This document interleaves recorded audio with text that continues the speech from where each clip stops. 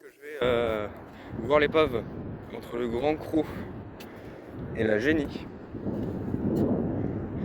J'ai pas pensé à filmer la dernière fois parce que j'ai directement pris les photos et le timelapse qu'elle est avec. Donc là je vais montrer un peu plus en détail ce que ça donne et puis après je remettrai le deuxième timelapse que je prendrai tout à l'heure.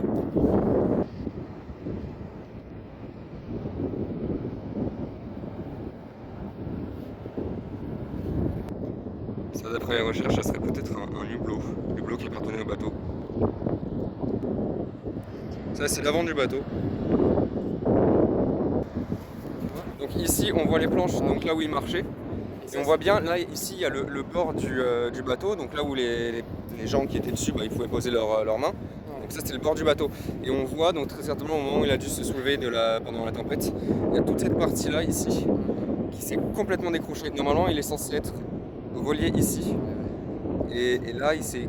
Voilà, une partie de la coque qui est complètement arrachée en fait. C'est ce qui a provoqué son naufrage aussi à l'époque. Ouais. Et là on voit la coque, elle est intacte, c'est ça?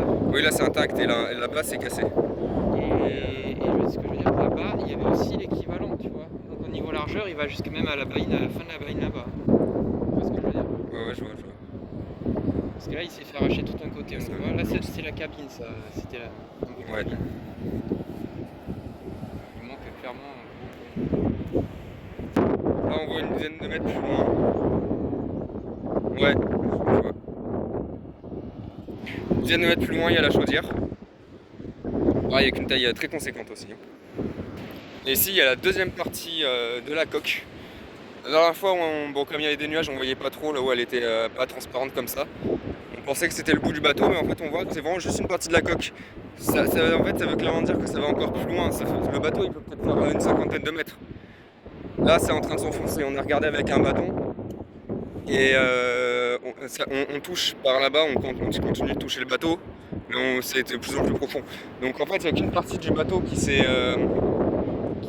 soulevée, et l'autre partie, elle, peut-être le sens inverse, elle s'est peut-être enfoncée. Mais en fait, à cet endroit-là, il y a ça, mais en dessous, il y a encore vachement de choses. Et là, on voit bien, du coup, ici, donc la partie du bateau, là, la chaudière, 10 mètres plus loin, et 10 mètres plus loin encore, après, il y a la base du bateau.